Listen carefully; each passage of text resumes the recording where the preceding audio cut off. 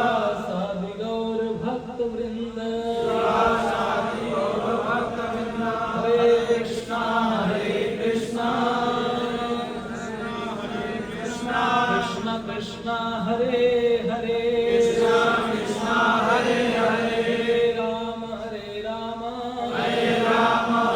राम राम हरे हरे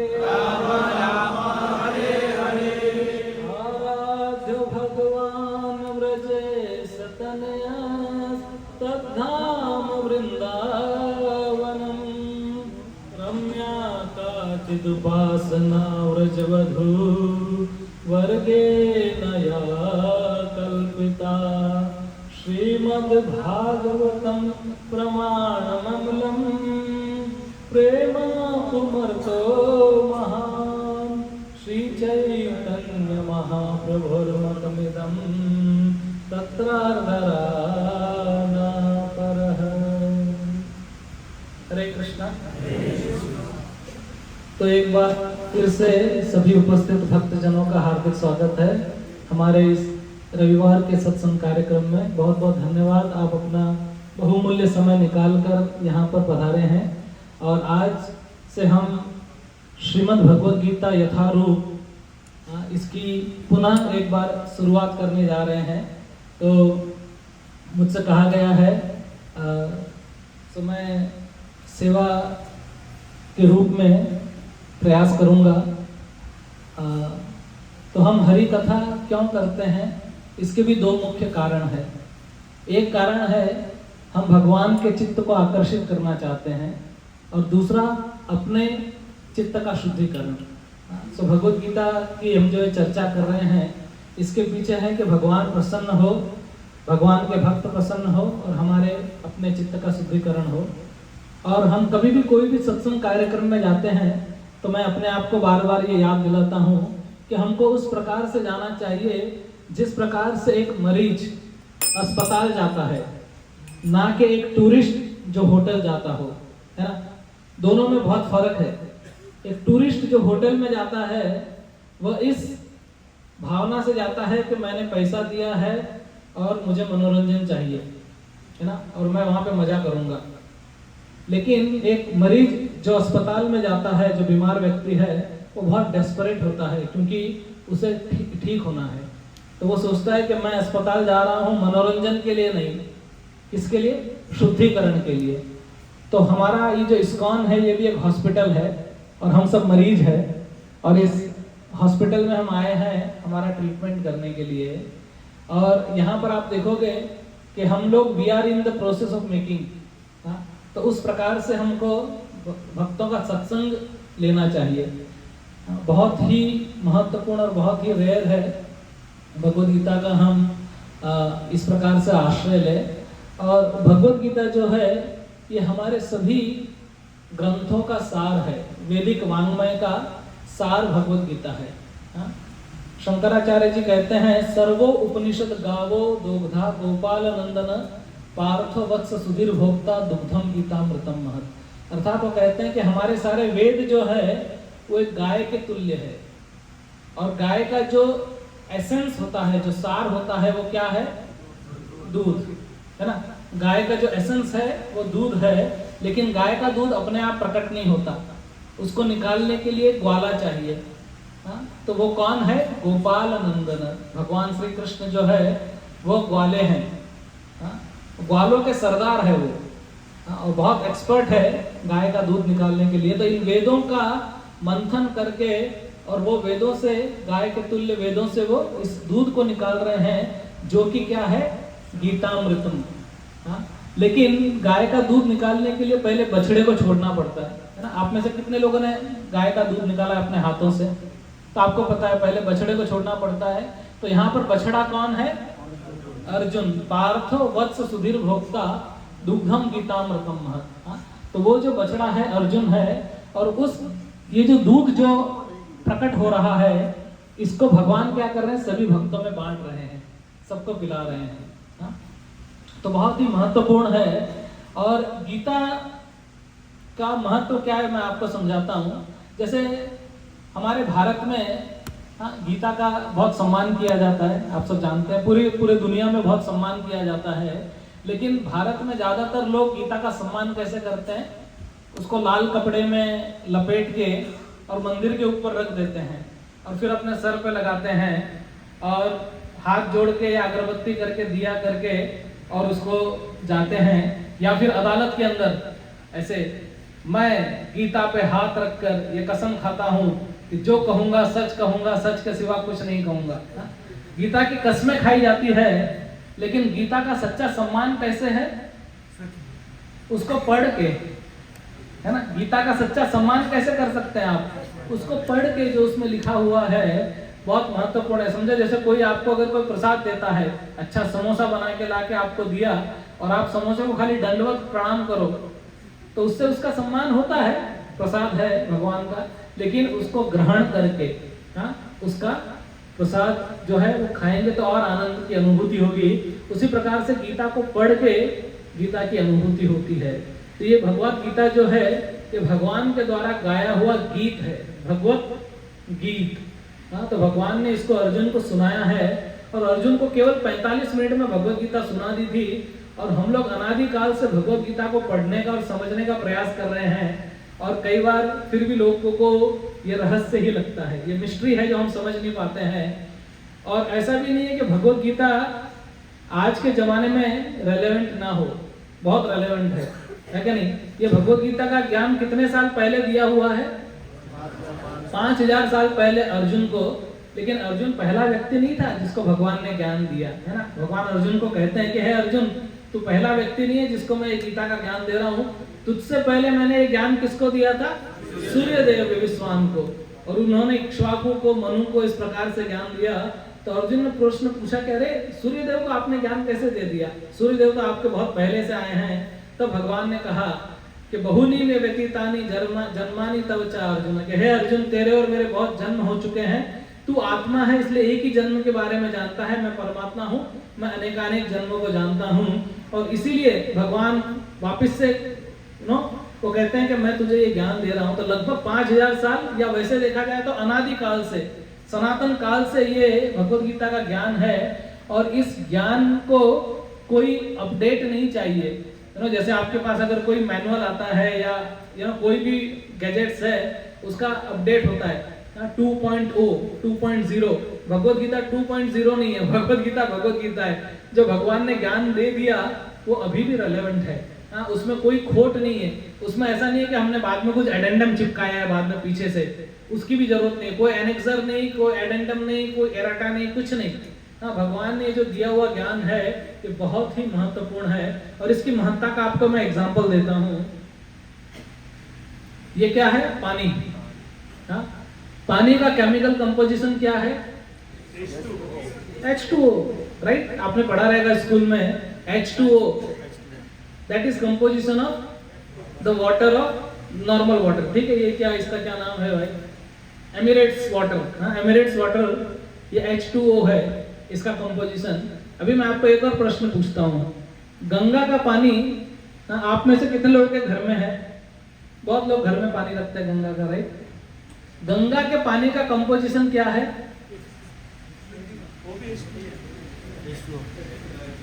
बोलो बोलो, अरे शर्मा क्यों रहे हो? गंगा के पानी का कंपोजिशन क्या है? नहीं, लोग बोल नहीं रहे, मतलब अभी श्योर नहीं है क्या कुछ, उनको लगता है कुछ और भी हो सकता है। H2O ही है।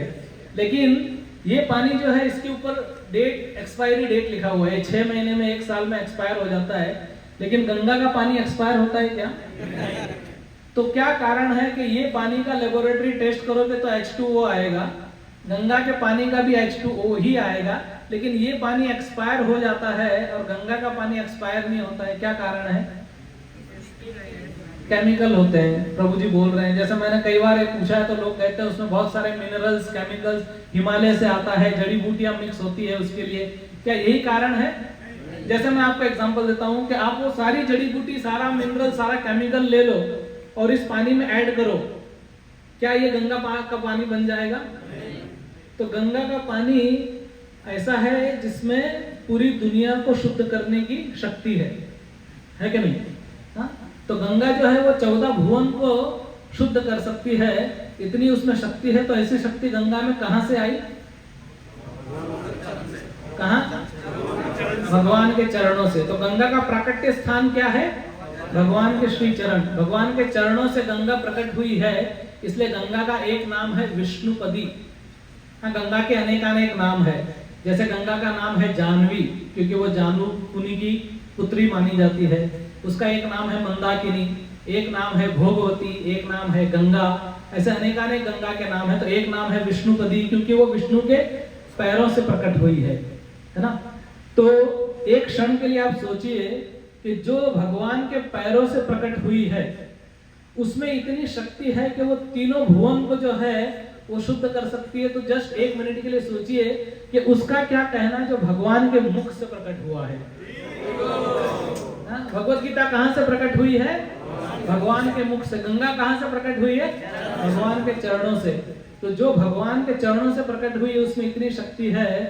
तो ऐसा कहते हैं कि गंगा में बार बार स्नान करके कोई पवित्र हो सकता है, लेकिन गीता रूपी गंगा में यदि कोई एक बार भी स्नान कर ले तो वो तर जाता है। तो इतनी महिमा है इस भगवत गीता की।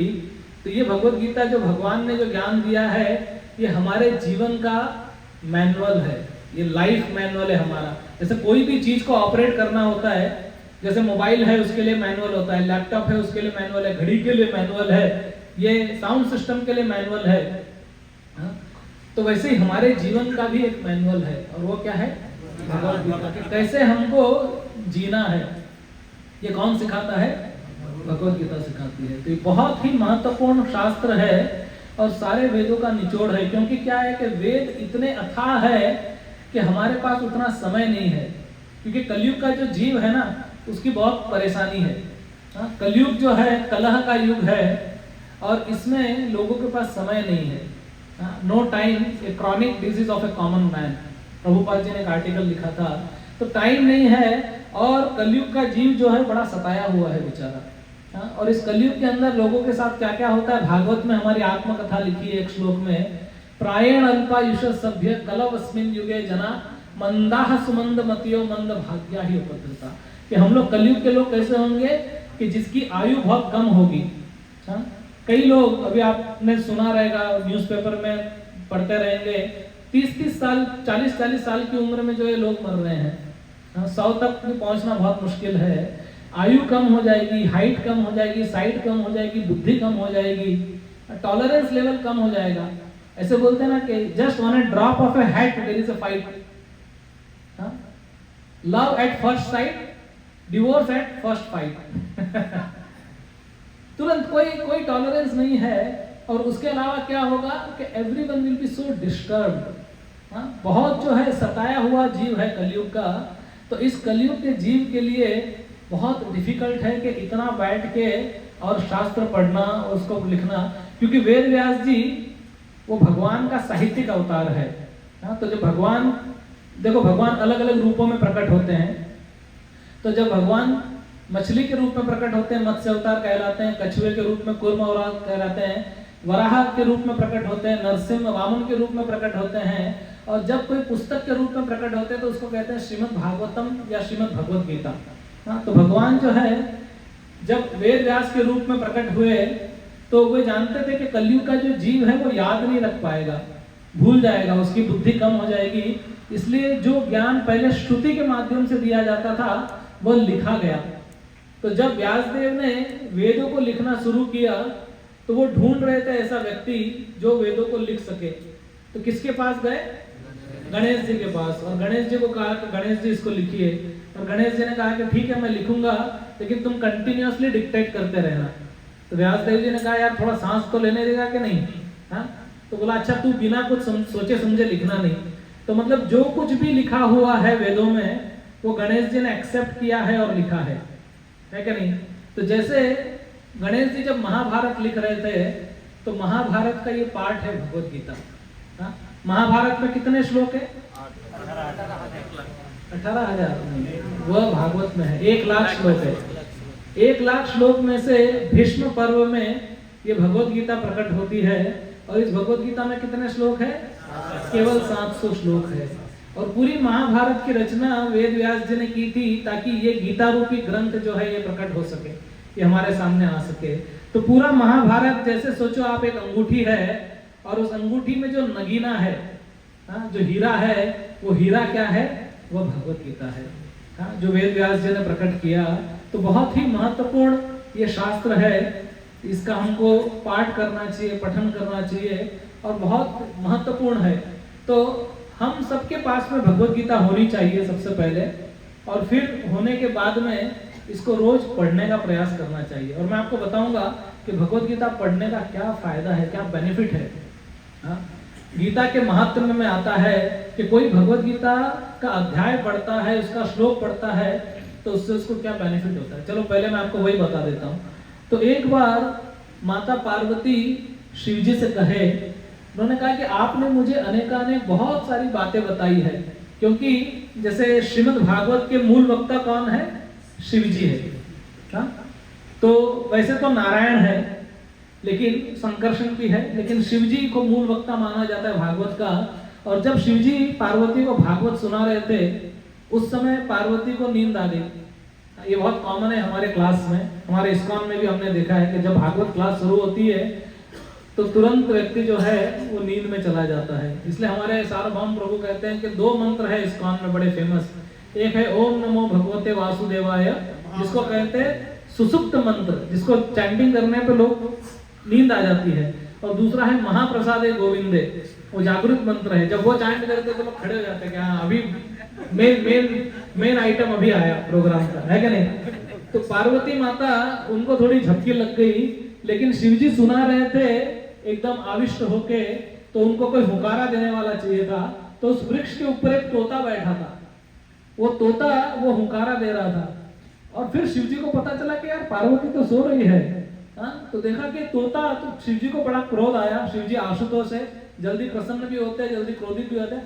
उन्होंने वो उठाया त्रिशूल और उस तोते के ऊपर फेंका, और तोता उड़ते उड़ते उड़ते उड़ते उड़ते गया और व्यास देव जी की कुटिया में जाके व्यास देव जी की जो पत्नी थी, उन्होंने जैसे जमाई ली, उनके मुख के द्वारा उनके गर्भ में चला गया।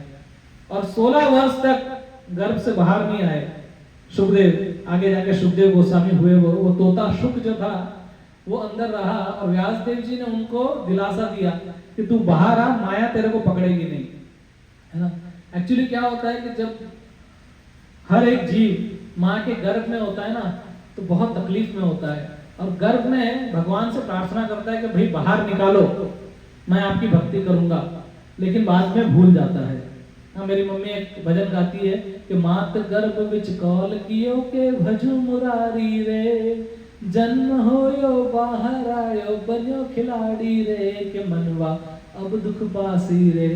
तो उनको आश्वासन दिया कि तुम आ जाओ, और तब सुखदेव गोस्वामी बाहर आए, और फिर सुखदेव गोस्वामी ने आगे जाके ये पूरा भागवत जो है वो परीक्षित महाराज को सुनाया, है कि नहीं। तो पार्वती माता शिव जी को कह रही थी कि आपने मुझे बहुत कुछ सुनाया, भागवत सुनाया, लेकिन कभी भगवत गीता के बारे में आपने चर्चा नहीं की, बताया नहीं। तो आप मुझे भगवत गीता के महात्म्य के बारे में बताओ।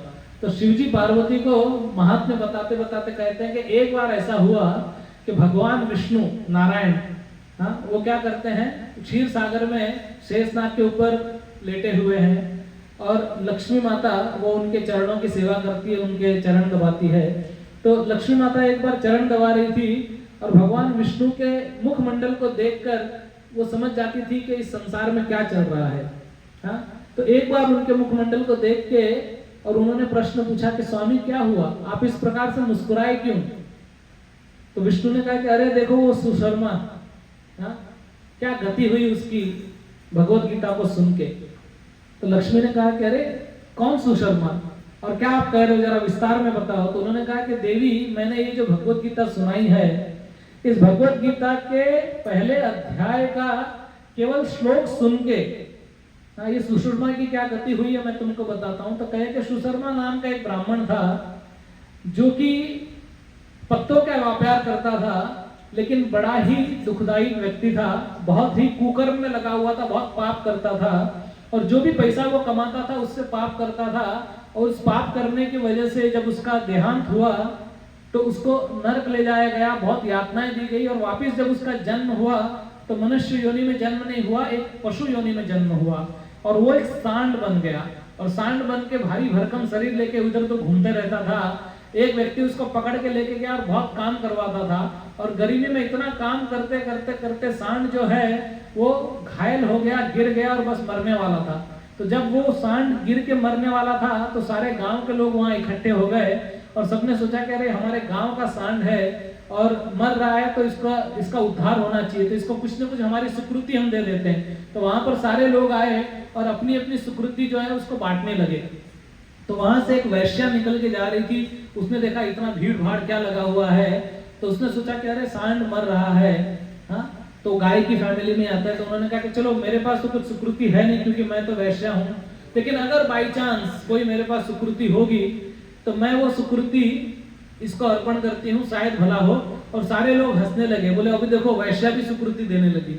हाँ, वैश्या के पास कौन सी सुकृति है, और इस तरह से कहने लगे। लेकिन जब वो सांड मर के वापस ऊपर गया तो उसका खाता चेक किया गया और देखा कि उसके खाते में कोई पायस एक्टिविटी नहीं था, लेकिन इतने लोगों ने जो सुकृति दिया था वो काफी नहीं था उसको स्वर्ग ले जाने के लिए, तो सब रिजेक्ट कर दिया। लेकिन बाद में उन्होंने देखा कि अरे नहीं, एक सुकृति है जिसकी वजह से इसका उद्धार हो सकता है और इसका वापस मनुष्य जन्म मिलेगा। और वो सुकृति क्या थी, वो वैश्या के द्वारा दी गई सुकृति। तो जब इसको पता चला कि वापस से मुझे ब्राह्मण का जन्म मिलने वाला है, तो वो उन्होंने एक रिक्वेस्ट किया यमराज से कि मुझे वो वैश्या के पास में कहीं जन्म दो, मैं जाके देखना चाहता हूँ कि इतने सारे लोगों ने सुकृति दिया जिसमें ब्राह्मण लोग भी थे, लेकिन उससे मेरा भला नहीं हुआ, एक वैश्या ने कैसे भला किया, आई वॉन्ट टू अंडरस्टैंड, मुझे पता लगाना है। तो उसको वैश्या के पास, तो वो गया जन्म लेके और वैश्या को कहने लगा कि अरे वैश्या, तुझे याद है एक बार एक सांड मर रहा था और बहुत सारे लोग जमा हो गए थे और तुमने भी अपनी सुकृति का कुछ भाग उसको दिया था। तो कहा हाँ। तो बोला मैं वही सांड हूँ जो वापस जन्म लेके तुम्हारे पास आया हूँ, तो तुम मुझे बताओ तुमने क्या किया। तो उसने कहा मुझे तो पता नहीं, लेकिन मेरे पास एक तोता है और वो तोता ना कभी कभी कुछ कुछ बोलते रहता है, तो जब मेरा मन अशांत होता है और जब मैं उस तोते को सुनती हूँ तो मेरा मन जो है वो शांत हो जाता है। हाँ, तो वो तोता जो बोलता है, तो वो बोलता है चलो पता लगाते तोता क्या बोलता है। फिर वो तोता के पास गए और फिर उस तोते का इतिहास पूछा कि भाई तुम्हारा इतिहास क्या है, तुम कहाँ से आए, क्या है, क्या बोल रहे हो। तो तोते ने कहा कि मैं एक ब्राह्मण था, लेकिन मैं बहुत ही घमंडी ब्राह्मण था और मुझे अपने आप पे बहुत गुरूर, बहुत घमंड था, और उस वजह से किसी ने मुझे श्राप दे दिया। और एक ऋषि ने कहा कि तुम तोता है और इतना घमंड करता है अपने श्लोक बोलने पर और इन सब पे, तो जा तोता बन जा, क्योंकि तोता बड़बड़ाते रहता है, कुछ भी बोलते रहता है। बोले मैं तोता बन गया और तोता बन के मैं जंगलों में उड़ता था और उड़ते उड़ते फल खाने के लिए एक ऋषि की कुटिया में जाता था। वहां पर ऋषि लोग जो है वो भगवत गीता का पाठ करते थे और वो भगवत गीता का पाठ सुनते सुनते सुनते सुनते मुझे याद हो गया और फर्स्ट चैप्टर मैंने याद कर लिया और वो फर्स्ट चैप्टर याद करके और मैं सुनाता था और ये वैश्या उसको सुनती थी। तो बोले कि उस भगवत गीता के पहले अध्याय को पढ़ पढ़ के सुन के याद करके वैश्या ने जो है वो सुकृति कमा ली, पुण्य कमा लिया, और वो पुण्य जो है उन्होंने सुशर्मा को सांड के रूप में दिया और जाके वापस उसकी गति हुई। तो सोचो, ऐसा कहते हैं कि पूरी भगवत गीता भी नहीं, भगवत गीता का पहला अध्याय, पहले अध्याय का पहला श्लोक, पहले श्लोक का पहला शब्द भी अगर कोई पढ़ ले, सुन ले, समझ ले तो उसका उद्धार हो सकता है। बोलिए श्रीमद् भगवत गीता की। तो हम ये वो भगवत गीता जो है इसको शुरुआत कर रहे हैं। सोचो, नहीं तो कई बार क्या होता है कि हम लोग भगवत गीता बांटते फिरते हैं, आपने देखा रहेगा ना, कई बार जैसे प्रभुपाद जी के कई शिष्य थे, वो एयरपोर्ट पे, सड़कों पे घूम घूम के बुक बांटा करते थे। तो एक बार एक आदमी आके प्रभुपाद जी से कंप्लेंट किया, बोला प्रभुपाद जी तुम्हारे शिष्य लोग जो है ना, ये सब लोग बस किताबों के पीछे पड़े रहते हैं, they are like bookworms. क्या बोला? किताबी कीड़े हैं वो, इंग्लिश में बोलते हैं उसको बुक वर्म्स, कि they are like bookworms. तो प्रभुपाद जी भी बड़े जीनियस, उन्होंने कहा it is better to be bookworms than stool worms. तो बोले कि विष्टा के कीड़े बनने से अच्छा है कि किताबों के कीड़े बन जाओ। हाँ, तो एक बार गौरांग प्रभु किताब वितरण कर रहे थे मुंबई के अंदर, किसी ने आके पूछा ये भगवत गीता कैसे दिया, तो बोला 70 रुपए का है। उस समय 70 रुपए में मिलता था, अभी प्राइस बढ़ गया है, बोले 70 रुपए का है। तो बोले अरे भगवत गीता का तुम प्राइस लगाते हो, भगवत गीता का ज्ञान तो तुमको फ्री में बांटना चाहिए। अर्जुन को भगवान श्री कृष्ण ने गीता फ्री में सुनाई, तो गौरांग प्रभु ने कहा कि हाँ भाई, अर्जुन को भगवान ने भगवत गीता फ्री में सुनाई, लेकिन कहाँ सुनाई थी? कुरुक्षेत्र में। ये बंबई है, 70 रुपये अपना ट्रांसपोर्ट चार्ज है। गीता हम लोग फ्री में दे रहे हैं, लेकिन ट्रांसपोर्ट का कॉस्ट लगा रहे हैं, है कि नहीं? तो ये बहुत महत्वपूर्ण गीता है जिसको हमको पढ़ना चाहिए। तो चलिए इसकी शुरुआत करते हैं। तो मैं देख रहा हूँ यहाँ बहुत सारे लोगों के पास गीता तो है नहीं, लेकिन ये बहुत सिंपल श्लोक है, मैं इसको पढ़ता हूँ और आप इसको देख लेंगे। गीता को प्रभुपाद जी कहते हैं, गीतोपदेश भी कहते हैं। और ये ऐसे भगवत गीता की आप भूमिका पढ़ोगे, प्रभुपाद जी ने बहुत कुछ इसमें लिख दिया है। और प्रभुपाद ने अपने जीवन का जो बहुत महत्वपूर्ण मूल्यवान समय है वो इस भगवत गीता को ट्रांसलेट करने में और उसके अनुवाद लिखने में लगाया उन्होंने। और ये भगवत गीता जो है ये परंपरा में प्राप्त हो रही है। तो देखो यहाँ पर भगवत गीता की गुरु परंपरा दी गई है, और उस गुरु परंपरा में सबसे पहले भगवत गीता किसने सुनाई? श्री कृष्ण ने। किसको सुनाई? ब्रह्मा जी को। ब्रह्मा जी ने नारद को, नारद ने व्यास को, व्यास ने मध्वाचार्य को, मध्वाचार्य ने पद्मनाभ को, फिर नरहरि को, नरहरि ने माधव को, फिर अछोभ्य, जयतीर्थ, ज्ञान संधु, दयानिधि, विद्यानिधि, राजेंद्र, जयधर्म, पुरुषोत्तम, ब्रह्म तीर्थ, व्यास तीर्थ, लक्ष्मीपति, माधवेंद्रपुरी। माधवेंद्रपुरी के शिष्य हुए ईश्वरपुरी, और ईश्वरपुरी के शिष्य हुए श्री चैतन्य महाप्रभु। चैतन्य महाप्रभु के शिष्य हुए षड गोस्वामी, अर्थात रूप स्वरूप सनातन रूप रघुनाथ जीव कृष्णदास कविराज गोस्वामी। वहां से नरोत्तम दास ठाकुर, विश्वनाथ चक्रवर्ती ठाकुर, बलदेव विद्याभूषण। और फिर वहां से आगे बढ़ते बढ़ते परंपरा में भक्ति विनोद ठाकुर, भक्ति विनोद ठाकुर से गौर किशोर दास बाबा जी महाराज, गौर किशोर दास बाबा जी से भक्ति सिद्धांत सरस्वती ठाकुर, और भक्ति सिद्धांत सरस्वती ठाकुर के शिष्य एसी भक्ति वेदांत स्वामी श्रील प्रभुपाद। जय श्री प्रभुपाद की। तो ये ज्ञान जो है ये परंपरा में प्राप्त किया हुआ ज्ञान है, और बिना परंपरा में क्या प्राप्त किया हुआ ज्ञान जो होता है ना वो कभी फलता नहीं है। इसलिए भगवान ने 4 मुख्य रूप से परंपरा दी है। 4 लोगों को भगवान ने ज्ञान दिया था। पहला ब्रह्मा को, जिसको ब्रह्म परंपरा कहते हैं, ब्रह्म मध्व गौड़ीय परंपरा, जिसमें हम लोग आके ये गीता पढ़ रहे हैं। दूसरा ज्ञान भगवान ने अपनी पत्नी लक्ष्मी जी को दिया था, जिससे श्री संप्रदाय का उदय हुआ। और श्री संप्रदाय के आचार्य कौन है? रामानुजाचार्य। और वो जो है श्रीरंगम का जो मंदिर है, तिरुपति बालाजी का जो मंदिर है। तीसरा ज्ञान जो है भगवान ने शिव जी को दिया था, उससे रुद्र परंपरा आती है, ठीक है। और चौथा ज्ञान मतलब चौथा व्यक्ति जिनको दिया वो थे 4 कुमार, सनत कुमार आती, और उनको जो ज्ञान दिया उससे कुमार परंपरा। तो ये चारों परंपरा जो है ये बोनाफाइड परंपरा है। नहीं तो क्या है कि भगवत गीता की 650 कॉपियां मार्केट में उपलब्ध है। कोई भी भगवत गीता उठा के पढ़ोगे तो कई बार कंफ्यूज हो जाओगे कि भाई क्या लिखा है क्या नहीं लिखा है। तो भगवत गीता का भी ज्ञान कैसे लेना चाहिए? एक परंपरा में लेना चाहिए, परंपरा में वो ज्ञान आता है। तो भगवत गीता के अंदर उड़ी मारने के पहले मैं सोच रहा था, अभी हाथ में मेरे भगवत गीता आई तो मेरे दिमाग में एक और बात आ गई। 5 मिनट में लेके आपको कुछ मैं इंटरेस्टिंग चीज बताता हूँ भगवत गीता के कवर पेज से। अंदर भी नहीं घुसूंगा मैं, किधर खाली कवर पेज, इसको हिंदी में कहते हैं आवरण पृष्ठ। तो भगवत गीता के आवरण पृष्ठ से हम लोग क्या शिक्षा ले सकते हैं वो मैं आपको पहले बताता हूँ, चलेगा ना? बोलिए। फिर वर्ष 1 पे हम लोग आएंगे। तो आप मेरे को बताइए भगवत गीता के आवरण पृष्ठ पे आपको क्या दिख रहा है? क्या देख रहे हैं आप लोग? कृष्ण और अर्जुन और रथ, और रथ के अंदर घोड़े और लगाम, ओके, और जोर से बोलो। युद्ध का मैदान, वेरी नाइस। और क्या दिख रहा है? रथ के ऊपर एक झंडा है, उस झंडे पे हनुमान जी है ना? ये सब आपको दिखाई दे रहा है।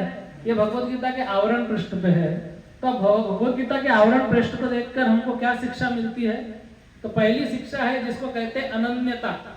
अनन्यता मतलब भगवान श्री कृष्ण को छोड़ के मेरा इस दुनिया में कोई सहारा नहीं है। मेरा कोई ना सहारा बिन तेरे, नंदलाल सांवरिया मेरे, ओ मेरा कोई ना सहारा बिन तेरे, नंदलाल सांवरिया मेरे, ओ नंदलाल कहता है कि हे भगवान, तुझे छोड़कर मेरा कोई सहारा नहीं है, तो आप जानते हैं कि अर्जुन और दुर्योधन दोनों जन भगवान श्री कृष्ण के पास गए थे मदद मांगने के लिए, और वो चाहते थे कि भगवान कृष्ण और उनकी सेना उनकी तरफ से युद्ध करे। भगवान लेटे हुए थे और दुर्योधन जाके भगवान के सिर के पास में बैठ गया। फिर अर्जुन आया, अर्जुन भगवान के पैर के पास बैठ गया। भगवान की आंखें खुली, भगवान ने अर्जुन को देखा, कहा पार्थ बताओ किस लिए आए हो। यहां से ये भी बोला मैं आया हूं। मैं मतलब दुर्योधन, उसने अपना अहंकार जताया कि मैं आया हूं। तो भगवान ने कहा अच्छा तुम भी आए हो, बोलो क्यों आए हो। तो बोले अभी युद्ध होने वाला है और दोनों सेनाओं में से, दोनों पक्ष में से एक पक्ष आपको लेना है। हम भी आपके उतने ही प्रिय है जितना अर्जुन है, तो मैं आपको मांगने आया हूं। अरे कृष्ण ने कहा तू मांगने आया है भाई, पहले मेरा तो कंडीशन सुन, मैं क्या चाहता हूं। तो बोला कि एक तरफ मैं रहूंगा निहत्ता, शस्त्र भी नहीं उठाऊंगा, और एक तरफ मेरी नारायणी सेना जो कि अजय है, हाँ सुसंगठित और इतनी पावरफुल सेना है। अब हम दो अलग अलग स्थान में रहेंगे, एक स्थान से नहीं लड़ेंगे। तो मांगो तुमको क्या चाहिए, सेना चाहिए या मैं चाहिए। दुर्योधन बोलने गया सेना। कृष्ण ने फिर रुका, बोला रुक, अर्जुन छोटा है, उसको मांगने दे। दुर्योधन का हार्ट बैठ गया, बोला अर्जुन ने अगर सेना मांग लिया तो मैं क्या करूंगा, हाँ वो तो अकेला कृष्ण निहत्ता लेके क्या करूंगा। लेकिन अर्जुन ने भी क्या किया, कृष्ण को मांगा, सेना नहीं मांगी। अब सोचो आपके सामने ऐसा सिचुएशन हो, एक तरफ पूरी दुनिया भर का सेना या सोना और एक तरफ कृष्ण, क्या चूज करेंगे। आप भक्त लोगों को कह दोगे कृष्ण, लेकिन एक नॉर्मल व्यक्ति जो है वो बिविल्डर हो जाएगा। तो कृष्ण ने कहा, अर्जुन ने कहा कि मुझे सेना से क्या फायदा, हाँ मुझे नारायणी सेना नहीं चाहिए, मुझे नारायण चाहिए, मुझे आप चाहिए। तो फिर दुर्योधन ने कहा अच्छा कोई बात नहीं, तो मैं सेना ले लेता हूँ। तो दुर्योधन सेना लेके चला गया। कृष्ण ने अर्जुन को कहा कि हे पार्थ, तुम सेना मांग सकते थे, मैंने तुमको पहले चांस दिया। हाँ ऐसा नहीं था कि कृष्ण अर्जुन को डिफॉल्ट में मिले। हाँ दुर्योधन को सेना डिफॉल्ट में मिली थी, लेकिन कृष्ण ने मांगा था, अर्जुन ने कृष्ण को मांगा था। बोला तुमने मुझे निहत्ते को क्यों मांग लिया। और कृष्ण मजाक में कहने लगे कि माखन दुर्योधन ले गया, तेरे पास रह गई छाछ। और अर्जुन कहने लगा कि मैं हूं कृष्ण का दास, कभी नहीं होऊंगा उदास। माखन दुर्योधन ले गया तो क्या माखन चोर है मेरे पास। तो बोला अरे मुझे कोई चिंता नहीं है, मुझे बस केवल आप चाहिए कृष्ण। तो अर्जुन ने क्या किया, सेना और कृष्ण में से कृष्ण का चयन किया। तो हम जब हमारे जीवन के ऐसे क्रॉस रोड पे खड़े हो और जब हमारे जीवन में ऐसा समय आए कि कृष्ण को चूज करना है या कृष्ण की पूरी माया को, सेना को, और हम क्या चूज करते हैं उस पर डिपेंड करता है कि हम कृष्ण के अनन्य भक्त हैं या नहीं। परम पूज्य राघवानंद स्वामी महाराज कहते हैं कि to get Krishna if you have to come on the road are you ready. हाँ भगवान को पाने के लिए अगर सड़क पर आना पड़े, रास्ते पे आना पड़े, तो आप तैयार हो क्या। वो कहते हैं मैं नहीं चाहता कि तुम सड़क पे आ जाओ, लेकिन अगर आना पड़े तो क्या करोगे। तो जब अर्जुन ने कृष्ण को मांगा तो कृष्ण क्या किए, उसके रथ पे आकर बैठे एज ड्राइवर के रूप में, है कि नहीं। तो अनन्यता जब उसने दिखाई तो दूसरा जो शिक्षा है वो है भक्त वत्सलता। भगवान भक्त वत्सल बनकर आके और अर्जुन के रथ पर बैठे और अर्जुन को समय समय पे कदम कदम पर अर्जुन को भगवान ने जो है वो बचाया, है कि नहीं। आप जानते हैं, मैं भी डिटेल में नहीं जाऊंगा, कि ऐसे बहुत ओकेजन आए जहां पर अर्जुन शायद खत्म हो जाता था, है ना। जब पितामह ने वो प्रतिज्ञा की कि कल 5 बाण से मैं 5 पांडवों को मार दूंगा, क्योंकि दुर्योधन जाके कहने लगा पितामह को आप नमक हराम हो, नमक हमारा खाते हो लेकिन प्रेम पांडवों से करते हो, आप फाइट बरोबर नहीं कर रहे हो। तो उन्होंने कहा 5 बाण से मार दूंगा। दुर्योधन ने बोला 5 बाण मेरे को दो, ये बुढ़ा कल सड़या गया, कहीं बदल गया तो वो लेके रहा। अभी अर्जुन को कृष्ण ने कहा कि जा वो 5 बाण मांग के ला, तो अर्जुन ने बचाया था दुर्योधन को। मैं इतना डिटेल में नहीं जाऊंगा। फिर जब जयद्रथ का वध होना था, जब अभिमन्यु का वध हुआ, तो अर्जुन ने ये प्रण ले लिया कि कल शाम तक अगर जयद्रथ को नहीं मारा सूरज डूबने तक, तो मैं अपनी समाधि ले लूंगा। और पूरी की पूरी कायनात कौरवों की केवल जयद्रथ को बचाने के लिए लग गई। और अर्जुन ने बहुत जबरदस्त युद्ध किया, लेकिन जयद्रथ तक पहुंच नहीं पाया। शाम हो गई, अर्जुन मोरोस हो गया और उसने देखा कि बस अभी शाम ढल गई, हाँ, और अभी बस मुझे मृत्यु प्राप्त होनी है। भगवान श्री कृष्ण ने इशारा किया, सूर्य को ढक दिया, वो जयद्रथ बाहर निकला हंसते हंसते, और फिर कृष्ण ने सूर्य के से पर्दा हटा दिया और कहा कि देखो पार्थ, ये रहा सूर्य और ये रहा जयद्रथ, मारो उसको। और इस प्रकार से बार बार उन्होंने बचाया। तीसरा शिक्षा जो हम लोग लेते हैं वह है शिक्षा खुद, कि अर्जुन के पास बहुत योग्यताएं थी, उसको ज्ञान मिला था द्रोणाचार्य से और भीष्म पितामह से, फैमिली एजुकेशन, लेकिन उतना ज्ञान लेके भी अर्जुन का कोई फायदा नहीं हुआ, है ना। क्योंकि जब उसको लड़ने का समय आया तब उसने क्या कहा कि मेरा मुंह सूखा जा रहा है, त्वचा जल रही है, कंपन हो रहा है, मैं युद्ध नहीं करूंगा। तो चाहे कोई भी कितना भी बड़ी डिग्री लेके बैठा, कोई डॉक्टर है, कोई चार्टर्ड अकाउंटेंट है, कोई इंजीनियर है, कोई एमबीए है, या कोई भी है, बिजनेसमैन है, स्टार्टअप है, जो भी है, लोग कुछ काम नहीं आने वाला है जीवन के अंत में। जब हमको जीवन में सबसे महत्वपूर्ण ज्ञान अगर कोई काम आएगा तो भगवद गीता का काम आएगा। ये तीसरी शिक्षा है। और चौथा बहुत इंपॉर्टेंट शिक्षा है, वह है निर्मत्सरता। निर्मत्सरता मतलब नॉन एनवियसनेस। अभी निर्मत्सरता कैसे दिखाई दे रही है यहाँ पे, आप लोग देख रहे हैं निर्मत्सरता कि यहाँ पे द्वेष। मैं आपको बताता हूँ, पांडव कितने थे? भगवत गीता पे कितना पांडव बैठा है? अर्जुन। तो बाकी 4 पांडवों ने ऐसा नहीं सोचा कि खाली अर्जुन क्यों, हम लोग क्यों नहीं, है ना। युधिष्ठिर ने आके कृष्ण से ऐसा नहीं कहा कि अरे मैं बड़ा हूं, मैं ज्येष्ठ हूं, मेरे को भी भगवत गीता सुनाओ। पूरा का पूरा 18 अध्याय अर्जुन को क्यों सुना रहे हो, 9 अध्याय मेरे को सुनाओ। भीम ने आके ऐसा नहीं कहा कि मुझे कैसे आप मिस कर रहे हो, हाँ 4 अध्याय मुझे भी सुनाओ, थोड़ा 18 दिन में से 8 दिन मेरे रथ पे आके बैठो, ऐसा नहीं कहा। कोई जलन नहीं थी उनको, कोई प्रॉब्लम नहीं था। उन्होंने कहा कि अर्जुन भगवान का अनन्य भक्त है, उसको अगर कुछ मिल रहा है तो मिलने दो। नहीं तो क्या होता है कि हमारे साथ तो ऐसा होता है ना कि अगर किसी दूसरे भक्त को थोड़ा ज्यादा मान सम्मान मिलता है तो किसी और के दिल में थोड़ी सी वो हो जाती है कि अरे why he, why not me, मुझे क्यों नहीं, हाँ? और ऐसा सब चीजें होती है, लेकिन वो नहीं था। और एक और शिक्षा, वैसे तो बहुत सारी शिक्षा है, लास्ट में आपको बताता हूँ, और वो है विजय। यत्र योगेश्वर कृष्ण यत्र पार्थो धनुर्धर तत्र श्री विजयीर्भूत वनीतिर्मतिर्ममा, के जहां पर भगवान कृष्ण है, जहां पर अर्जुन है, वहां पर क्या है? विजय है, वहां पर जीत है। इसके लिए जो भी भगवत गीता का आश्रय लेगा, मैच इज फिक्स्ड, वो तुरंत जीतेगा। तो आइए हम भगवत गीता के अंदर प्रवेश करते हैं और पहले अध्याय का पहला श्लोक वो लेते हैं। पहले अध्याय का नाम क्या है? क्या है? अर्जुन विषाद योग। अब विषाद मतलब क्या होता है? दुख। तो दुख योग होता है या रोग होता है? रोग होता है, राइट। दुख जो है वो योग नहीं होता, रोग होता है। तो यहाँ पर अर्जुन विषाद योग ऐसा क्यों कहा है? क्योंकि भगवान का भक्त जो होता है ना, उसके साथ कुछ भी हो वो योग के समान ही है, वो रोग नहीं है। तो अर्जुन को भले विषाद हुआ है यहाँ पर, क्योंकि इस पहले अध्याय में 46 श्लोक है, कितने? 46।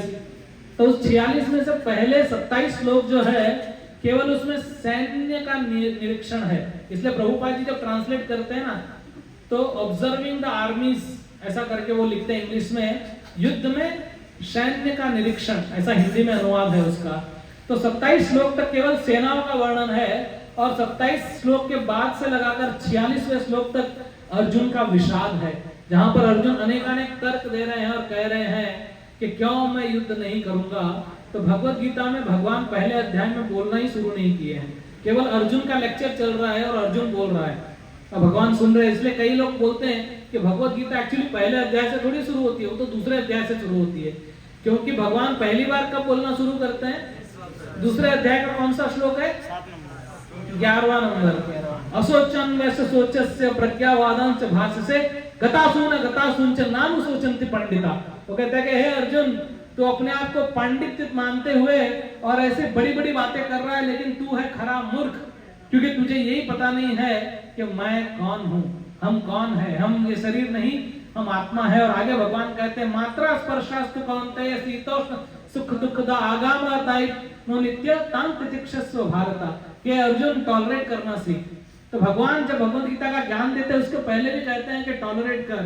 तो आइए हम शुरुआत करते हैं, क्योंकि आज पहला दिन है, पहला श्लोक है, हम इसको लेते हैं। अध्याय 1 कुरुक्षेत्र के युद्ध स्थल में सैन्य निरीक्षण, श्लोक नंबर 1। आप मेरे पीछे पीछे दोहराइएगा।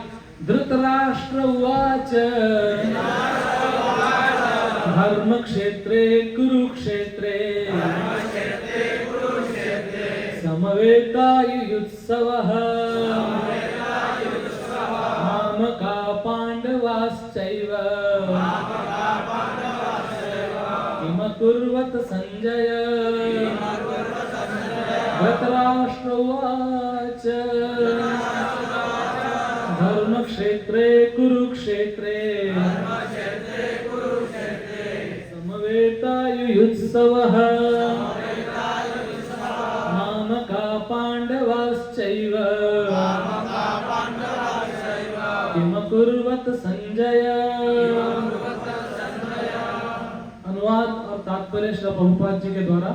धृतराष्ट्र ने कहा, हे संजय, धर्म भूमि कुरुक्षेत्र में युद्ध की इच्छा से एकत्र हुए मेरे तथा पांडु के पुत्रों ने क्या किया। तो यहाँ पर ये जो इतनी महत्वपूर्ण पुस्तक है भगवत गीता, इसका पहला शब्द क्या है? ध। धृतराष्ट्र हुआ ध। और इसका लास्ट शब्द क्या है? म।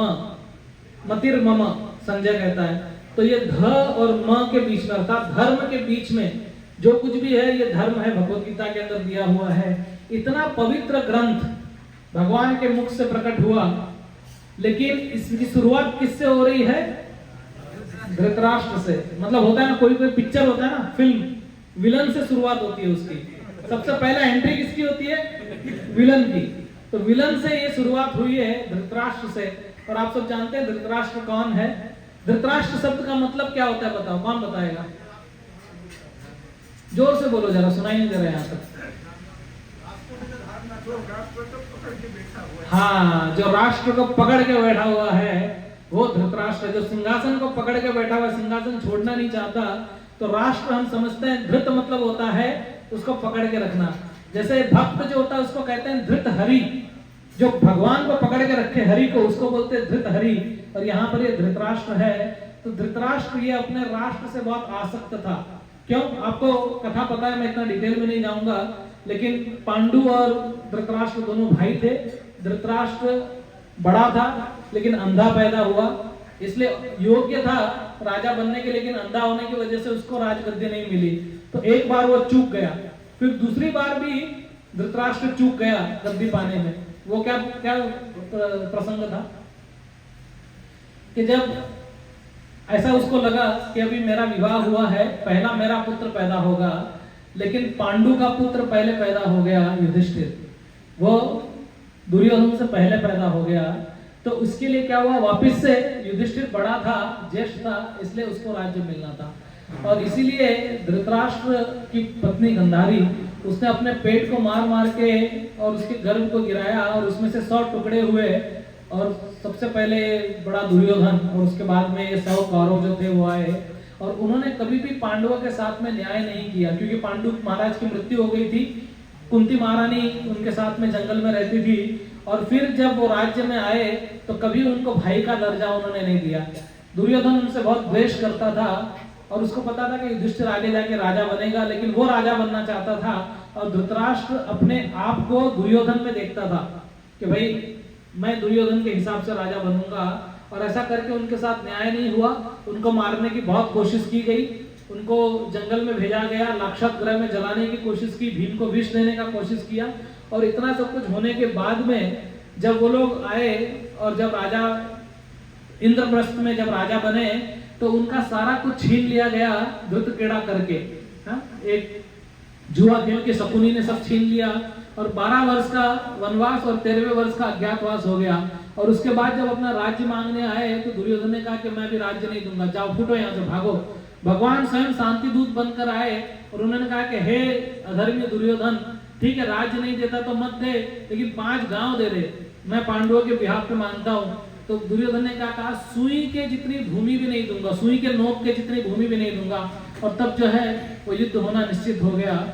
तो यहाँ पर जब युद्ध हो रहा था और युद्ध के समय ऐसा वर्णन आता है कि दोनों सेनाएं आपस में सामने सामने खड़ी है, शंख बज चुके हैं। और उस समय अर्जुन जो है वो हताश हो जाता है और वो कहता है कि अरे मेरे सामने मेरे पितामह है, मेरे गुरु है, मेरे सगे संबंधी है, मामा और मेरे साले और सब कुछ है, मैं इनके साथ कैसे युद्ध करूंगा, और वो वहां पे गांडीव छोड़ देता है और कृष्ण को कहता है कि मैं युद्ध नहीं करूंगा।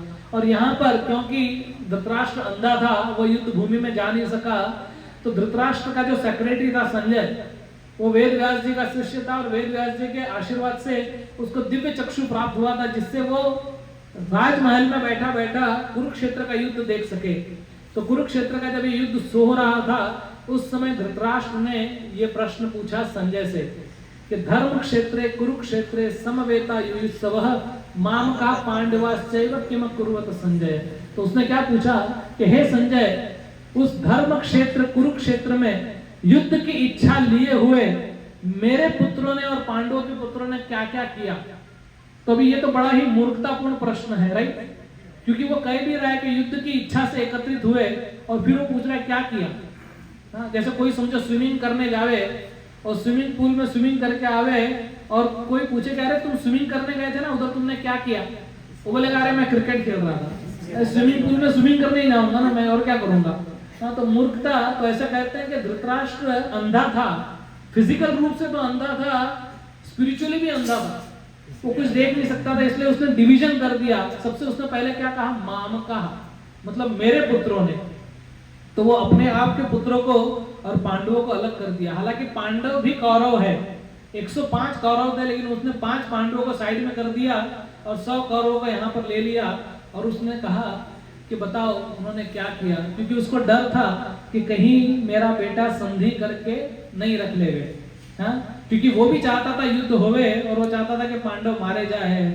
तो जब भगवान श्री कृष्ण शांति दूत बन करके और जब जा रहे थे धृतराष्ट्र के पास में, तो बीच में द्रौपदी आ गई, और द्रौपदी आके अपना बाल बताने लगी कृष्ण को, और कहेगा देख रहे हो ना माधव, मेरे ये खुले हुए बाल देख रहे हो ना, आप शांति दूत बनकर शांति का प्रस्ताव लेकर जा रहे हो, मेरा कितना बड़ा अपमान हुआ। हाँ, मुझे निर्वस्त्र करने का प्रयास किया गया, मुझे नग्न करने का प्रयास किया गया, और मेरे बदला लेने के बदले तुम शांति की बात करने जा रहे हो। मुझे तुमसे ये एक्सपेक्टेशन नहीं था भगवान। कभी कभी ऐसा होता है ना, भक्त पूरी जिंदगी भर भगवान की भक्ति करता है, लेकिन फिर भी उसके जीवन में कुछ अच्छा नहीं चलता है, तो फिर भगवान को बोलता है भगवान अच्छा सिला दिया तूने मेरे प्यार का। क्या इतना भक्ति कर रहा हूँ, 16 माला करता हूँ, चाय भी नहीं पीता हूँ, लेकिन फिर भी तुम देख नहीं रहे हो क्या हो रहा है मेरे साथ में। ऐसा क्या कर रहे हो? ऐसे ही कुछ द्रौपदी बोलने लगी कृष्ण को कि ये क्या कर रहे हो माधव, तुम शांति का प्रस्ताव लेके जा रहे हो। तो कृष्ण ने कहा कि तू मुझ पे विश्वास रख न रख, दुर्योधन पे ज्यादा विश्वास रख। मैं कितना भी शांति का प्रयास कर लूं, ये मूर्ख दुर्योधन शांति होने नहीं देगा। तो तू चिंता मत कर, मैं शांति की बात करूंगा, लेकिन ये दुर्योधन जो है ना, ये अधर्मी है, ये कभी शांति होने नहीं देगा, इसलिए चिंता मत कर, कभी शांति प्राप्त हो नहीं पाएगी। तो ये नहीं चाहता था कि शांति होवे, और उसको डर लग रहा था, क्योंकि युद्ध कहाँ हो रहा था? कुरुक्षेत्र में। और कुरुक्षेत्र क्या है? धर्म भूमि है।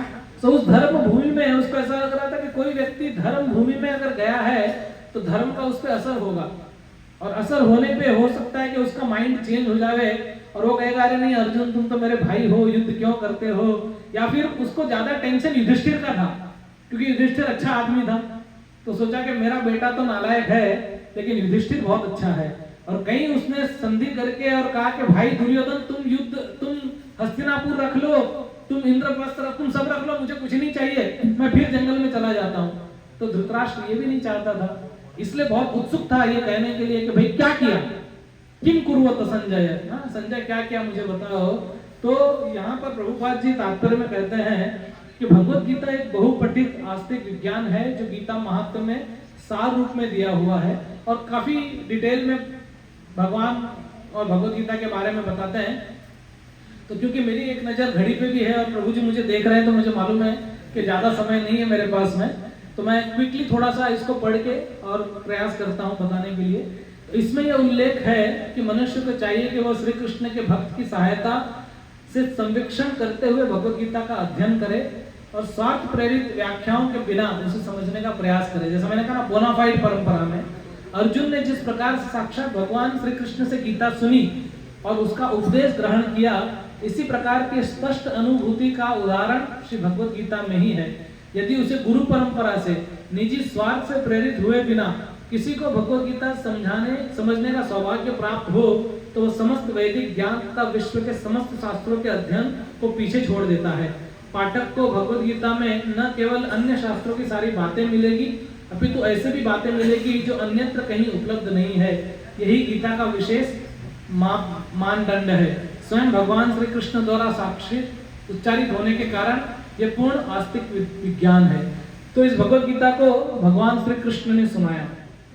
ओके, तो यहाँ पर धृतराष्ट्र की जो मनोदशा है उसका वर्णन करते हैं और फिर आपको आगे पता है कि जैसे संजय को पूछता तो संजय कहता है कि दृष्ट्वा तु पांडवा नीकम व्यूढ़म दुर्योधनस्तदा आचार्यम उपसंगम्य राजा वचनम ब्रवीत। तो कहते हैं कि हे धृतराष्ट्र, पांडु पुत्रों द्वारा सेना की व्यूह रचना को देखकर राजा दुर्योधन ने अपने गुरु के पास गया और ये शब्द कहा। और वो क्या कहते हैं कि पश्यताम पांडु पुत्राणाम आचार्य माति चमुम व्यूढ़म द्रुपद पुत्रेण तव शिष्येण धीमता। तो सब आगे ये बताएगा कि देखो कि ये जो पांडवों की सेना है इसको आपके शिष्य ने, जो कि बहुत इंटेलिजेंट है, उसने कैसे गठित किया है। तो मतलब वो कहने का तात्पर्य उसका ऐसा था कि तुम मूर्ख हो तो तुम्हारा शिष्य जो है वो इंटेलिजेंस है। तो ये जो दुर्योधन और धृतराष्ट्र और उसके साथ में ये धृतराष्ट्र के हृदय में त्रिशूल थे। कौन? मतलब दुर्योधन के हृदय में त्रिशूल था कि एक था कर्ण, एक था शकुनी और एक था दुशासन। ये तीनों का त्रिशूल जो है वो धृतराष्ट्र के और दुर्योधन के हृदय में चुभा हुआ था। इसके लिए वो लोग कभी ढंग से ठीक सोच नहीं सकते थे, क्योंकि शकुनी जो था उसने ये प्रण लिया था कि मैं धृतराष्ट्र के परिवार को बर्बाद कर दूंगा। क्यों ऐसा शकुनी ने प्रण लिया था? किसी को पता है? हाँ, क्योंकि गांधारी का जब विवाह हुआ तो अंधे धृतराष्ट्र के साथ हुआ, तो शकुनी को बहुत बुरा लगा और शकुनी सोचा कि अरे मेरी बहन एक अंधे के पल्ले बांध दी, अरे पांडु के साथ उसका विवाह करना चाहिए था, ये क्या इन्होंने किया। और उसको बहुत गुस्सा था भीष्म पितामह पे, क्योंकि वो प्रपोजल लेके आए थे और उन्होंने कहा कि मैं तुमको बर्बाद करके रख लूंगा। और इसके लिए वो दुर्योधन को बहुत गलत बातें सिखाया करता था और वो गलत बातें दुर्योधन अपने जिद की वजह से धृतराष्ट्र से कंप्लीट करवाता था। तो धृतराष्ट्र जो था वो कभी अच्छा भी बनना चाहता था, लेकिन दुर्योधन की वजह से वो अच्छा नहीं बन सका। दुर्योधन से बहुत आसक्त था, बहुत मोह था उसको दुर्योधन से। और इस वजह से शकुनी, कर्ण और दुशासन की दोस्ती की वजह से दुर्योधन जो था पूरी तरह से बिगड़ गया था।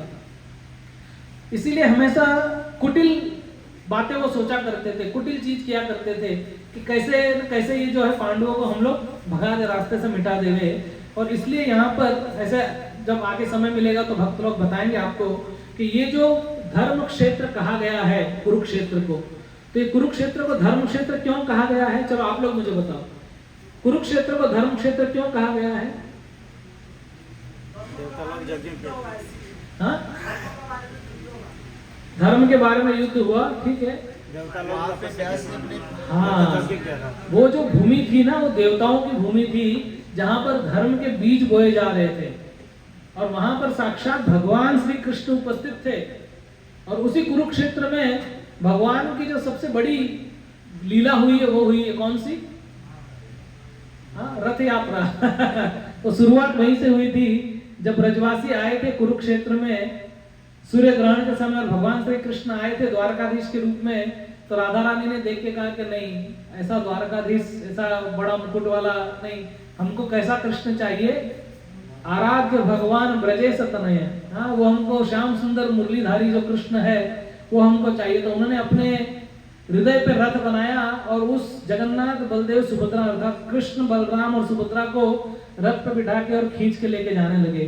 तो ये कुरुक्षेत्र जो था वो बड़ा ही, ऐसा नहीं है कि वो एक राइमिंग बनाने के लिए श्लोक लिख दिया धर्म क्षेत्रे कुरुक्षेत्रे, नहीं, ये कुरुक्षेत्र जो है धर्म क्षेत्र है, तो इसकी बड़ी महिमा है। तो यहाँ पर प्रभुपाद जी लिखते हैं, मैं पढ़ता हूँ उसको, तो कहते हैं कि धर्म क्षेत्र शब्द सार्थक है क्योंकि कुरुक्षेत्र के युद्ध स्थल में अर्जुन के पक्ष में स्वयं श्री भगवान उपस्थित थे। कौरवों का पिता धृतराष्ट्र अपने पुत्रों की विजय की संभावना के विषय में अत्यधिक संदिग्ध था। अतः इस संदेह के कारण उसने अपने सचिव से पूछा कि उन्होंने क्या किया। तो ये जो भूमि है, इसमें धर्म के बीज बोए गए थे और भगवत गीता जो है वो पूरा धर्म शास्त्र है और भगवान के मुख से जो कुछ निकल जावे वो धर्म है। ऐसा यमराज अपने यमदूतों को बताते हैं कि धर्मम तो साक्षात भगवत प्रणीतम, कि जो भगवान ने कह दिया वो धर्म है और जो भगवान ने नहीं कहा वो सब अधर्म है। 9:09 हो गया ना समय, ठीक है। आई थिंक 9 बजे का समय है, हम थोड़ा ऑलरेडी ऊपर चल रहे हैं तो हम ज्यादा डिटेल में नहीं जाएंगे, लेकिन संक्षेप में मैं आपको बताना चाहता हूँ कि ये जो भगवत गीता है, हमने क्या चर्चा की कि वेदों का सार है और भगवान के मुख से निकली हुई वाणी है, इसीलिए गंगा से भी ज्यादा पवित्र करने वाला ग्रंथ है ये भगवत गीता। तो इस भगवत गीता का नित्य संग करना चाहिए, इसका आश्रय लेना चाहिए, इसका पाठ करना चाहिए और इसको अपने जीवन में उतारना चाहिए, है ना। तो भगवत गीता को लाल कपड़े में लपेट के सर पे लगाना उसका सम्मान है, लेकिन उससे भी अच्छा सम्मान है भगवत गीता का पठन, उससे भी अच्छा है भगवत गीता का श्रवण और उससे भी अच्छा है भगवत गीता का अपने जीवन में उतारना, वो सबसे ज्यादा महत्वपूर्ण है। तो आइए हम भगवान के श्री चरणों पर प्रार्थना करते हुए ये भगवान से मांगते हैं कि ये भगवत गीता का ज्ञान जो है वो हमारे हृदय में प्रकट हो और हम इसको अपने जीवन में आप जो है वो धारण कर सके। इन्हीं शब्दों के साथ मैं यहाँ पर विराम दूंगा। आपका बहुत बहुत धन्यवाद। Thank you very much. Hare Krishna. ग्रंथराज श्रीमद् भगवद गीता की, श्रील प्रभुपाद की, श्री श्री राधा माधव भगवान की, गौर प्रेमानंदे।